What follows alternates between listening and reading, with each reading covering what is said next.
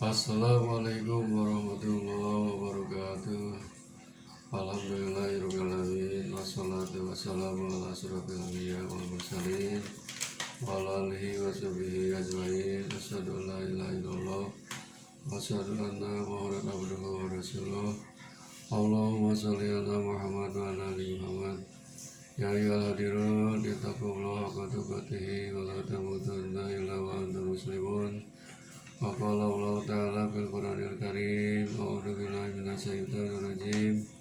Bismillahirrahmanirrahim. Wal 'asri innal insana lafi khusrin illal ladzina amanu wa 'amilus solihati wa tawassaw bil haqqi wa tawassaw bis sabri. Barakallahu adzim. Hadirin saudaraku yang dirahmati Allah Subhanahu wa taala. Alhamdulillah, syukur bernikmat kita masih diberi nikmat oleh Allah SWT, nikmat iman dan nikmat Islam dan juga nikmat-nikmat yang lainnya. Mudah-mudahan kita selalu bersyukur atas nikmat yang telah diberikan oleh Allah kepada kita. Amin ya Allah ya Rabbal alamin.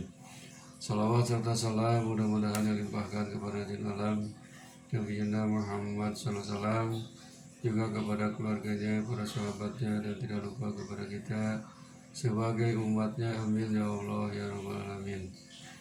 Saudara-saudaraku yang dirahmati Allah SWT, pada kesempatan ini saya akan sampaikan ayat suci Al-Quran yang tidak asing lagi, yaitu surat Al-Asri. Ayatnya ada 3 ayat. A'udzubillahi minasyaitonir rajim. Bismillahirrahmanirrahim. Wal 'asri innal insana lafi khusrin illal ladzina amanu wa 'amilus solihati wa tawassaw bil haqqi wa tawassaw bis sabri. Subhanallahu adzim. Yang artinya wal 'asri, demi waktu, demi masa, demi waktu asar. Innal insana, sesungguhnya manusia, lafi khusrin, ada dalam kerugian. Illal ladzina amanu, kecuali orang-orang yang beriman, wa 'amilus solihati, dan beramal soleh, wa tawassaw bil haqqi, dan saling menasihati dalam kebenaran, wa tawassaw bis sabri, dan saling menasihati dalam kesabaran. Ayat ini Allah SWT bersumpah dengan qasam, sumpah demi waktu. Kenapa Allah sumpah pakai demi waktu? Artinya menekankan bahwa Allah SWT harus kita selalu memperhatikan waktu, karena dengan waktu ini manusia bisa rugi, bisa celaka, dan dengan waktu ini manusia bisa untung dan bisa bahagia atau selamat. Makanya Allah bersumpah dengan demi waktu asar. Waktu asar itu adalah waktu akhirnya siang, dan asar itu waktu permulaan akan datangnya waktu malam. Artinya kita harus waspada dan teliti memperhatikan waktu. Sebagaimana Rasulullah SAW telah bersabda bahwa kita ini harus memperhatikan 5 waktu, gunakan 5 waktu sebelum datang 5 waktu. Di antaranya adalah hayataka qabla mautika, hidup kau sebelum datang mati. Hidup ini kita harus gunakan sebaik-baiknya untuk beribadah, mengabdi kepada Allah SWT sebelum datang kematian. Kalau sudah mati, kita tidak bisa apa-apa lagi. Selagi hidup, selagi masih dikasih usia oleh Allah SWT, marilah kita bersama-sama meningkatkan iman dan takwa kepada Allah SWT, karena hidup ini adalah sementara. Hidup ini di dunia ini hanya sementara saja. Bagaikan orang yang sedang merantau, kita akan kembali kepada Allah SWT, yaitu yaumul akhir atau alam akhirat. Oleh karena itu, gunakanlah waktu hidup ini, karena waktu hidup ini kita bisa beramal, bisa bekerja, bisa beraktivitas yang berhubungan dengan amal ibadah, seperti masalah dunia, masalah akhirat. Contohnya Rasulullah SAW sudah mengingatkan kepada kita, imali dunia karena kata isu abada, wa mali akhiratika karena kata mutu gada. beramallah kalian, bekerjalah kalian, beraktivitaslah kalian di dunia ini seolah-olah kamu akan hidup selama-lamanya. Dan beramallah untuk akhirat seolah-olah kamu akan mati besok hari. Artinya antara dunia dan akhirat kita harus seimbang. Jangan dunia yang dikejar-kejar, akhirat dilupakan. Atau sebaliknya akhirat terus-terusan, dunia ditinggalkan. Itu salah. Makanya kita sebagai hamba Allah manusia pergunakan waktu hidup ini, karena hidup ini adalah tidak bisa datang lagi di dunia ini. Kalau sudah dunianya hancur, tidak akan ada dunia lagi.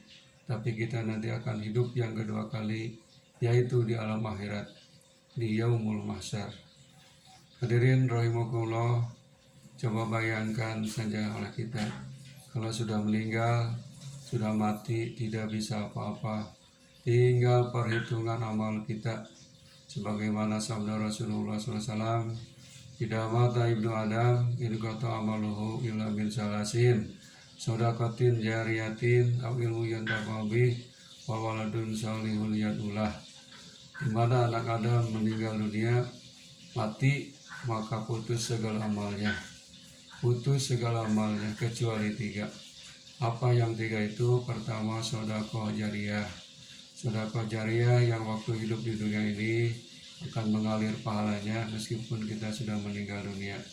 Yang kedua adalah ilmu yang bermanfaat, ilmu yang dimanfaatkan, ilmu yang diamalkan waktu dunia. Insya Allah itu akan mengalir pahalanya meskipun kita sudah meninggal dunia.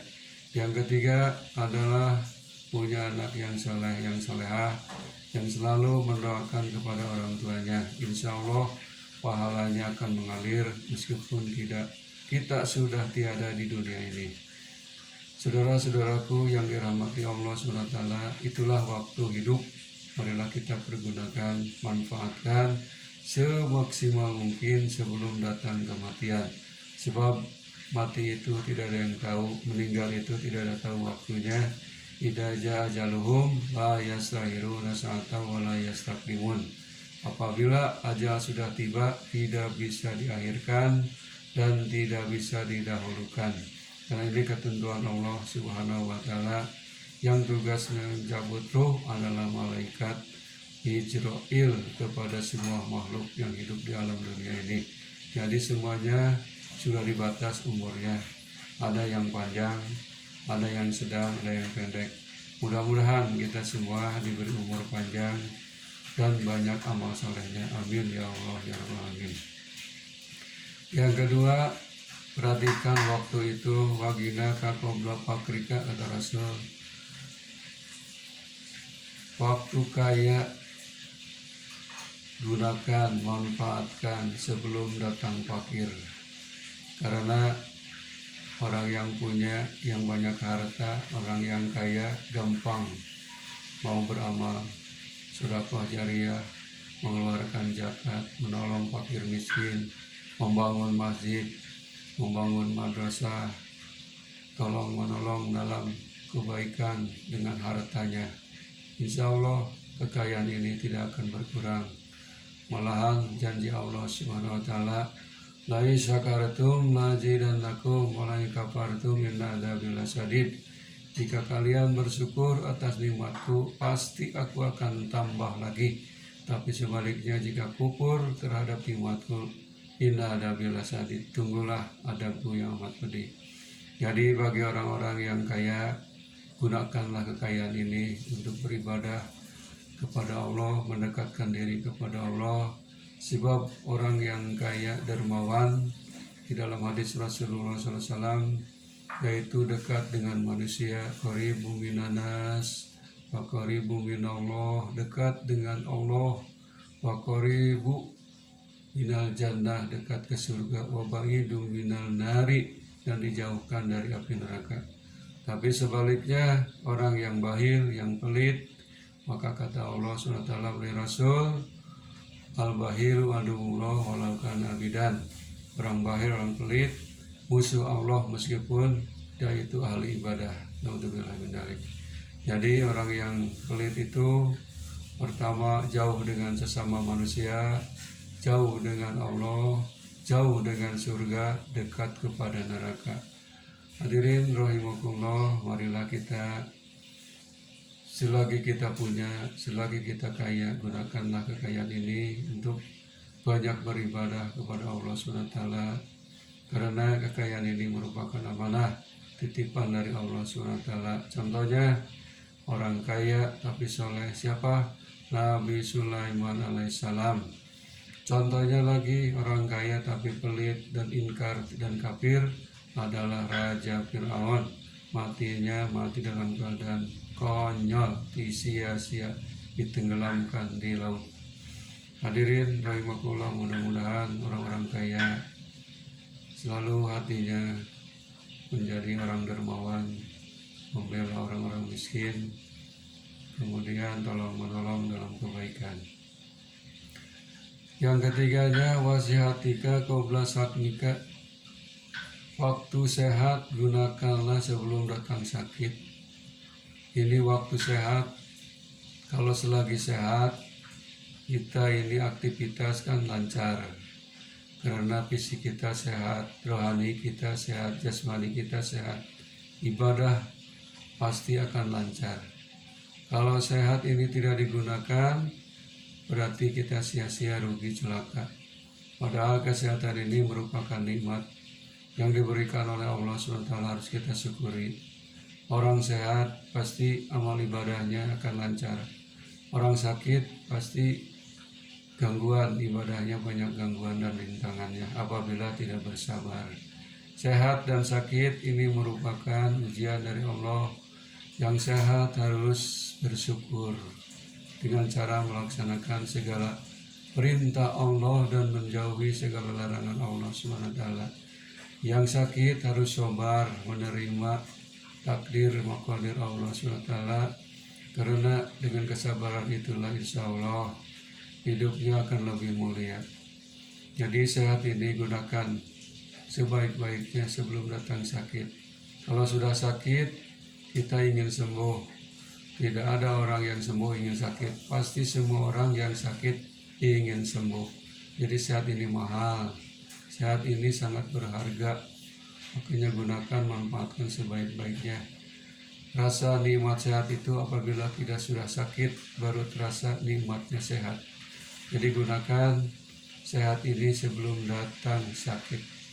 Kemudian Rasulullah SAW, waktu luang gunakan sebelum datang waktu sempit. Selagi kita lenggang, selagi kita aman, dunia ini, kampung ini, beribadah, tidak ada yang mengganggu. Coba bayangkan kalau dulu waktu zaman penjajahan, mau sholat susah, mau ngaji susah, karena takut oleh penjajah, takut oleh bunyinya meriam dan ruda-ruda. Kita ini aman sebelum kita repot, sebelum datangnya kegentingan. Waktu luang ini manfaatkan untuk banyak beribadah kepada Allah SWT. Kalau sudah repot, sudah genting, apalagi nanti pas yaumul qiyamah sudah tidak ada lagi tugas ibadah, sholat tidak ada lagi, haji tidak ada lagi. Makanya sebagai kita ada luang, ada thalabul ilmi, berangkat ke masjid, kemudian ada selawatan, berangkat selawatan, atau silaturahim, ataupun yang lain-lainnya. Yang kelima, gunakan waktu muda sebelum datang waktu tua. Selagi muda, ini adalah nikmat dari Allah, gunakan sebaik-baiknya. Selagi muda ini manfaatkan semaksimal mungkin untuk banyak beribadah. Bukan sebaliknya, sewaktu muda ini dipakai hal-hal yang negatif seperti mabuk-mabukan, kemudian minuman keras, kemudian narkotik, narkoba, kemudian berandal atau pencurian. Itu salah. Selagi muda, gunakan waktu muda ini untuk beribadah kepada Allah SWT.